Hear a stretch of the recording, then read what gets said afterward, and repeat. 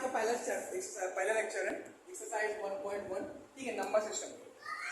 Class 9 का पहला chapter जो हमारा नंबर सिस्टम है उसकी एक्सरसाइज 1.1 है। इसका पहला क्वेश्चन क्या कह रहा है कि is zero a rational number, can you write it in form of p upon q where p and q are integer and q is not equal to। देखो जब हम तुमको इंट्रोडक्टरी पार्ट पढ़ा रहे थे, जब इंट्रोडक्शन दे रहे थे नंबर सिस्टम, तो हम मैंने बताया था ना कि जीरो भी एक क्या होता है, रेशनल नंबर होता है। तो यहाँ पूछ रहा है क्या इज जीरो रेशनल नंबर, तो yes, zero is a, zero क्या है, एक रेशनल नंबर है। अब क्यों रेशनल नंबर है, देखो प्रूफ करके देखो। तो कहता है, अब यार देखो पहला क्वेश्चन पूछा था इज जीरो रेशनल नंबर, हाँ zero is a rational number, वो रेशनल नंबर है। अब आगे बताता हूँ, can you write it in form of p upon q, क्या आप इसे p upon q के फॉर्म में लिख सकते हैं, यस कैन। कैसे लिखेंगे, देखो 0/1 लिख दिया, ये हो गया इसके इक्वल में, ये हमारा p हो गया, ये हमारा q हो गया, q हो गया। इसको हम क्या बोलते हैं, न्यूमरेटर, और इसको क्या बोलते हैं, डिनोमिनेटर। और ये हमारा क्या है, इंटीजर, जहां पे q की वैल्यू 0 के बराबर। क्वेश्चन था कि इज जीरो रेशनल नंबर, तो हाँ zero is a rational number because we can write it in the form of 0/1 या p upon q के फॉर्म में इसको हम राइट कर सकते हैं। That's the reason this zero is a rational number.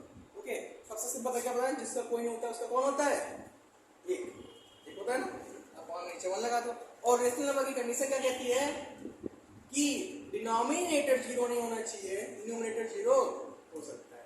इसलिए पहला क्वेश्चन आपका हो गया। पहला क्वेश्चन क्या था कि zero rational number, yes zero is rational number, can you write it in form of p upon q, yes we can write it as 0/1 है ना, जहां p और q क्या है, इंटीजर है, और 0 और 1 इंटीजर। क्लियर हो गया। दूसरा क्वेश्चन क्या है आपका, दूसरा क्वेश्चन है कि फाइंड द, बोलिए, 6 rational number, find the 6 rational number 3 and 4 between 3 and 4।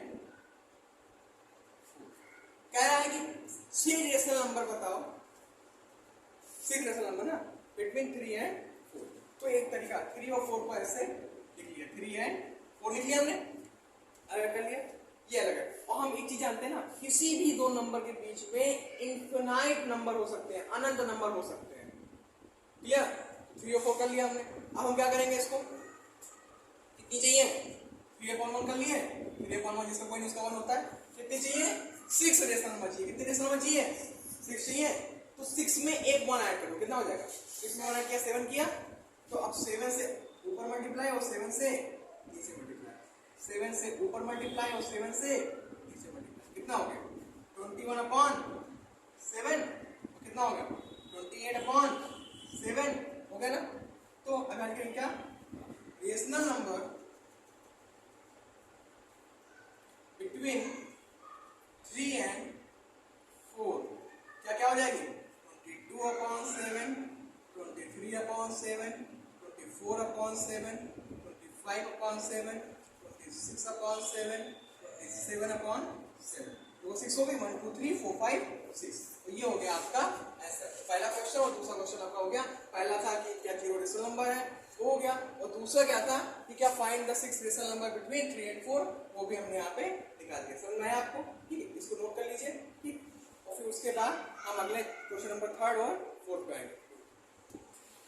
अब क्वेश्चन नंबर 3 आता है। क्वेश्चन नंबर 3 क्या है कि find the 5 rational number between 3/5 and 4/5, है ना। जैसा भी हमने सेकंड क्वेश्चन किया है कि find the 6 rational number between 3 and 4, like that हम इसमें क्या करेंगे, find the 5 rational number between 3/5 and 4/5। तो क्या करेंगे, बुलाते हुए हम इसको लिख लेंगे 3/5 और 4/5। कितनी चाहिए, 5 में 1 जोड़ा कितना आ गया, 5 में 1 कितना आएगा, 6। तो 6 से ऊपर नीचे क्या कर देंगे हम इसमें मल्टीप्लाई। हमको आंसर कितना आएगा, 18/30 और 24/30। तो कितने रेशनल नंबर चाहिए थे हमको, तो यहाँ लिखेंगे क्या, 5 रेशनल नंबर between 3/5